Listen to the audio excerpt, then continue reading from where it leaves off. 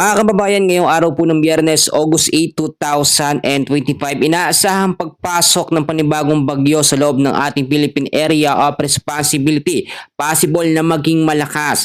Ang LPA naman na nasa loob ng PAR inaasahang lalabas na at magiging isang ganap na bagyo. Kung bago lang ho kayo, huwag niyong kakalimutan na mag-like and subscribe. Maraming salamat po mga kababayan. Dalawang sama ng panahon ng ating minomonitor ngayon. Ito po kasing low pressure area ay nasa loob pa rin ng ating PAR, pero sa mga susunod na mga oras, ito po ilalabas na ng ating Philippine Area of Responsibility.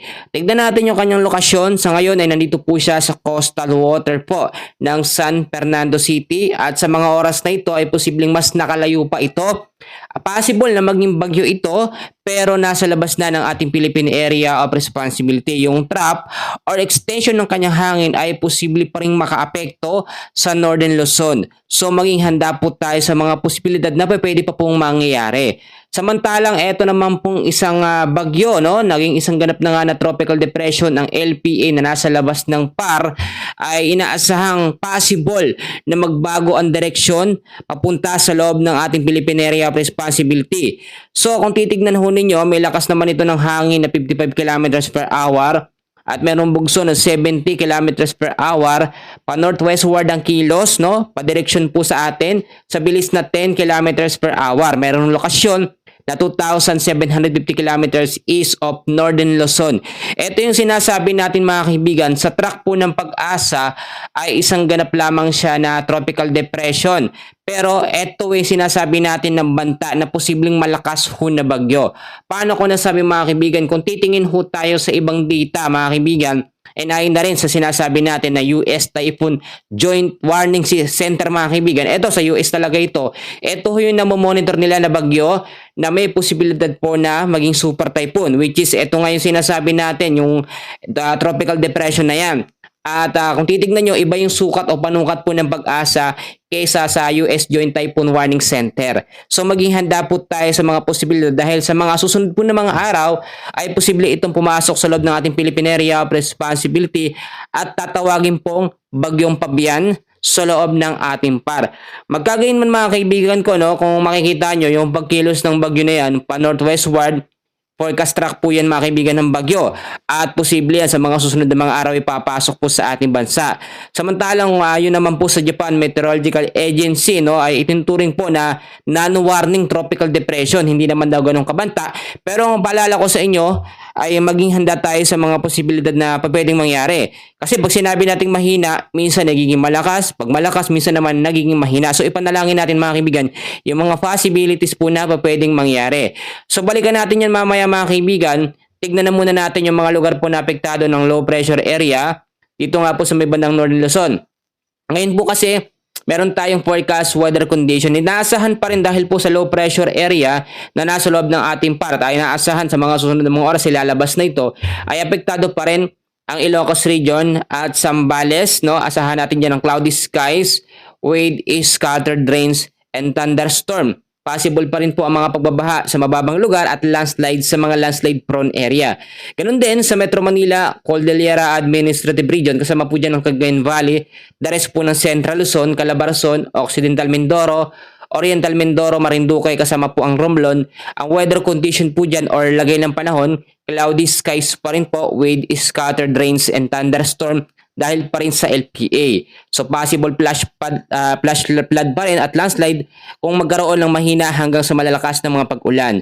Dito pa rin sa Visayas, Zamboanga Peninsula, Northern Mindanao, Caraga, Palawan, Albay, Sorsogon, Masbate, kasama po ang Davao Oriental. Asahan pa rin natin dyan ng maulap na kalangitan na meron po mga kalat-kalat na mga pag-ulan, pagkulog at pagkidlat dahil pa rin po sa southwest monsoon. So take note mga kaibigan, wala pa namang direktang epekto yung bagyo na nasa labas ng ating PAR, pero possible na palakasin niya etong southwest monsoon. Ang sinasabi natin, tapos na ho yung monsoon break, Ilang araw tayo nakaranas ng mainit na panahon. Ngayon, babalik na naman tayo sa sinasabi natin na madalasan na pag-uulan. Ang habagat po ay possible na lumakas din sa mga susunod na mga araw dahil nga po sa low pressure area na nasa loob ng PAR. Kasama na dyan yung bagyo na nasa labas po natin Philippine Area of Responsibility. Kung titignan nyo mga kaibigan sa ating pinaka-updated, no, dahil pa rin sa low pressure area, ay possible pa rin makaranas po, no, ng 50 to 100 millimeters sa dami ng ulan ang lugar po mga kaibigan ko ng Ilocos Sur, La Union, Pangasinan at Zambales. So mag-ingat po yung mga lugar na yan sa mga posibleng banta po ng mga pagbabaha kung sakali pong mas lumakas pa, no. Mas maganda na nakahanda po tayo at nakamonitor po tayo sa mga posible pong mangyari. Kung titignan nyo naman mga kaibigan sa ating tinitignan po na tropical cyclone threat potential, no, ay naging banta na talaga siya sa week 2 natin. At nakikita naman natin, ito yung sinasabi natin na posibleng maging unang bagyo ngayong buwan po ng Agosto.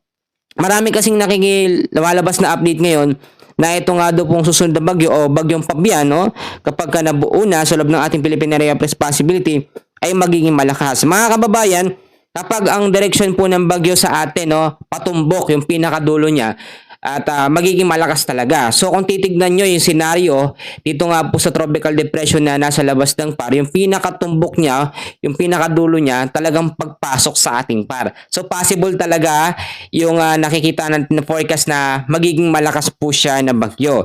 At kung titignan nyo sa tropical cyclone threat potential natin, makinig ho kayo mga kababayan, sa week 1 natin, no, August 4 hanggang August 10, yan po yung dalawang LPA na yan, yun nga lang mas na-develop pa. At inaasahan na ito ay mas mabilis na kikilos. Sa week 2 naman natin, August 8 hanggang August 14, tatlong low pressure area din natin na monitor. Pero low chance na maging ganap na bagyo. Pero may mga posibilidad na mas lumakas ito or maging bagyo yung isa sa tatlong LPA na yan. Ngayon mga kaibigan ko, no, nakikita naman natin malayo pa yung tropical depression or bagyo na nasa labas ng par. So mas maganda na maging handa na tayo anumang oras. Kasi nga naman sa pagtatala ng pag-asa ngayong buwan ng Agosto ay 2 hanggang 3 bagyo ang possible na pumasok nga po sa loob ng ating Philippine Area of Responsibility. So alam naman natin, naiintindihan natin yung ibang mga kababayan natin ngayon ay nakabaha pa rin sila, no? Especially sa ilang bahagi ho ng Metro Manila, yung wala pong mga maayos na drainage, no? Hindi sumuho pa yung baha nila, bumabaho na lang po yung tubig. So maging handa pa rin po tayo sa mga posibilidad na pwede pong mangyari. Ngayon, eto ang senaryo natin. Kapag ka nakapasok na sa loob ng ating Philippine Area of Responsibility, tanong ng ating mga kababayan kung saan po tutumbok, no, yung pinakasentro nito nga pong bagyo na nasa labas ng par. And ay na rin po mga kaibigan sa ating mga ginagamit na radar sa advanced weather forecast natin, possible bandang Visayas area, extreme northern Luzon ang kanyang daanan. At ipanalangin natin mga kaibigan, pagpasok niya sa loob ng ating Philippine Area of Responsibility ay mas humina siya. Dalawang senaryo lang naman yan. Kapag pumasok sa loob ng par itong bagyo na yan, posibleng mas lumakas, maging super typhoon category. Yun yung pinakamalakas niya, pinaka-worst na yun, no? At hindi natin niro-roll out yung mga ganong sitwasyon. Pero may pangalawang senaryo tayo na posibleng mangyari din. Lumakas siya habang nasa karagatang Pasipiko mga kaibigan o nasa labas ng par.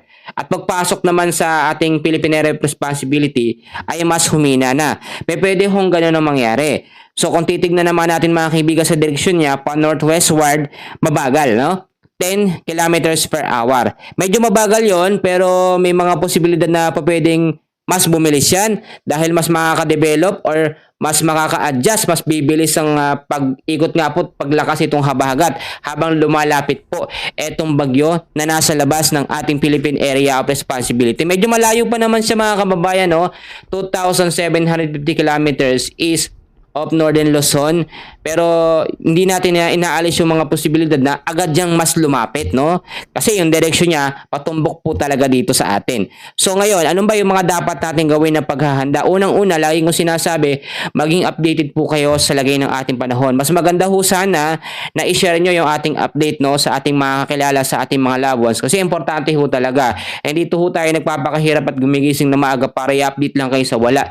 Ginagawa ko ho talaga yung best ko para sa inyo. Pangalawa din mga kaibigan, no, ay maglinis tayo ng mga basura natin. Yung mga bahaing lugar, alam nyo, wag natin isisi sa mga flood control. Minsan, yung mga basura natin, nakakalat kung saan-saan, yan ang bumabara sa mga drainage, no? Kaya magugulat kayo, minsan okay ang drainage, tapos bumabaha pa rin yung mga basura kasi ang dami. Maging responsable po tayo. Pangatlo, mag-imbak po tayo ng sapat na pagkain na tatagal ho ng mga ilang araw. Lalo na ho ngayon mga kaibigan, halos nagkakaroon na rin ng sunod-sunod po na mga pag-uulan. At gayon din mga kaibigan, safety natin ang mga importanteng gamit, mga electric appliances, yung mga dokumento, mga papeles natin, i-plastic natin para hindi ho mababasa. Alam nyo mga kaibigan, kapag ganitong tag-ulan, mapalad ho tayo kapag nakakaranas tayo ng monsoon break, no? So dapat ho, sinasamantala natin yon, yung mga bubong natin inaayos, no? Lalo na, yung mga light materials, hindi kung kailan merong update ng bagyo, saka pa lang tayo mag-aasikaso. So kailan pa tayo matututo mga kaibigan? Kailangan pa ba araw-araw bumaha, araw-araw may bagyo para matuto tayo? So ako, lagi ko ho kayong pinapaalalahanan dahil mahal ko ho kayo mga kababayan ko, no? Kaya nga gumagawa tayo ng effort para lagi ho kayong i-update. So mas maganda rin mga kaibigan ko, no? At manalangin ho tayo sa Panginoon na bigyan tayo ng safety sa bawat oras. Dadagdag ko rin mga kaibigan, yung mga nakatira malapit ho sa mga ilog, yung mga nakatira malapit sa paanan ng bundok, lumikas tayo kung kinakailangan or may advisory po ng LGU natin, no? Para yung safety natin, no, ay sigurado at hindi po tayo mangangamba dahil po sa mga pag-uulan. Lalo na ho bandang hapon kasi bandang hapon bukod ho sa southwest monsoon ay nagpapaulan din ng mga localized thunderstorm. Samahan pa yan ng low pressure area. So sa ngayon, yan muna ang pinaka-update natin sa lagay ng ating panahon. Mga kababayan, maraming salamat po. And please don't forget to like and subscribe. Thank you very much.